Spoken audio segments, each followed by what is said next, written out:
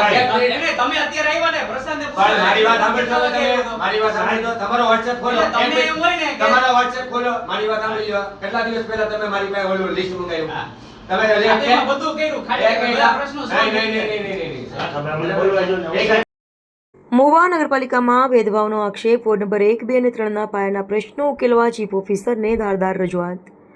મહુવા શહેરના ward number 1, 2 અને 3 road રસ્તા, પાણી, ડ્રેનેજ અને સફાઈને લગતા કોઈ પણ કાર્ય થતા ન હોય. શહેરના ત્રણેય વોર્ડમાં લોકો વહીવટી તંત્રથી ત્રાસી ગયા હોય. ચૂંટાયેલા નગરસેવકોની અનેક રજૂઆતો છતાં કોઈ પરિણામ ન મળતા આખરે વિરોધ પક્ષ કોંગ્રેસના તમામ કાઉન્સિલરો અને તેના પ્રતિનિધિઓ દ્વારા નગરપાલિકાના ચીફ ઓફિસરશ્રીને ધારદાર અને આક્રમક મૂડમાં રજૂઆત કરી હતી અને એવો પણ આક્ષેપ કરવામાં આવ્યો કે લઘુમતી અને પછાત વિસ્તારોમાં અમુક કર્મચારીઓ દ્વારા ભેદભાવભર્યું વર્તન કરવામાં આવી રહ્યું છે. આ અંગે પણ નગરસેવકોએ ચીફ ઓફિસર સાહેબનું ધ્યાન દોર્યું. એના અંગે ઘટતું કરવા રજૂઆત કરી છે. અહેવાલ વિજય બારૈયા, મહુવા. હું એને 2-3 દિવસથી હું કહું છું ક્યારે પૌડીવાળા માણસો મોકલો છો, ક્યારે કરો છો. ચિરાગભાઈને ઈ કોઈ વસ્તુ કરવામાં રસ નથી. એકે વખત સાંભળતો તમે સાહેબ કબૂલ તો કરો કોઈ બી વસ્તુ અમે કંઈક કહીએ છીએ ધ્યાને દોરીએ છીએ ઈ તમે કહો છો ત્યારે થાય છે. જયશ્રીબેન વચ્ચે નહીં બોલતા. જ્યારે આ બધા પ્રશ્નો તમે કહો છો ને ત્યારે લોકો કરે છે. ઈ એના મનથી નથી કર્યા. તમને પહેલા કહું છું આ બધી પ્રશ્નોમાં તમને જ કેમ કેવું પડે છે. મારી એક સિમ્પલ વસ્તુ છે. કોઈ બી જીએન ને કહે તો સીધું કેમ નથી થતું, ચિરાગ ને કહે તો સીધું કેમ નથી થતું. બધા પ્રશ્નો મેં તમને એ જ કીધું. તમે એમ કહો કે તમારા જ ફોન અમને આવે છે, બીજા કોઈના ફોન નથી આવતો. એનો સિમ્પલ વસ્તુ છે. તમે જ આત્મમંથન કરો કે અમને મને કેમ વચ્ચે તમને લૂપમાં રાખો. હવે એક હું ઓર્ડર કરું છું કે હવે જે કઈ પણ કોઈની ફરિયાદ આવે ને આપણો એને ક્રમસર જ નોંધવાની અને ક્રમસર કામ હાલશે. હવે હા ઇમરજન્સી હોય લેવાનું તમારે.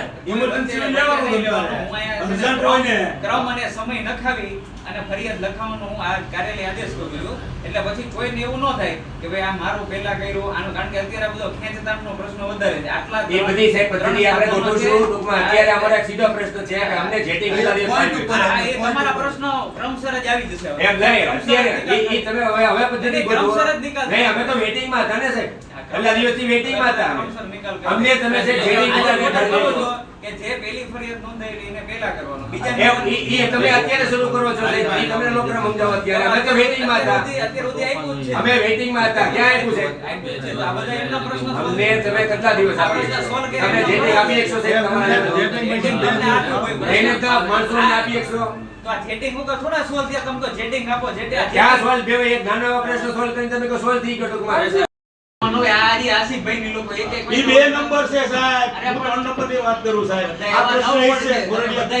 આ હું તમને આપણને હજી ભૂલીને નથી કહેતા કે ભાઈ તમને બીજી પાછી પોઈન્ટ ઉપર આવું છું. પોઈન્ટ ઉપર આવું છું સાહેબ. તમે આ એક જોડાવી નાખો ને એટલે 50% તમારી કામ કરી હળવી થઈ જાય છે. મારી વાત હું તમને ફોન કરે મને ફોન કરો. આવું બરાબર. તમે જ્યાં જોઈન્ટ મારવાની વાત કરો ને હું ચિરાગને બતાવું બરાબર કે ભાઈ અને બે જગ્યાએ કર્યું ને સાહેબ પ્રશ્ન કાયમી માટે લાખામાં એક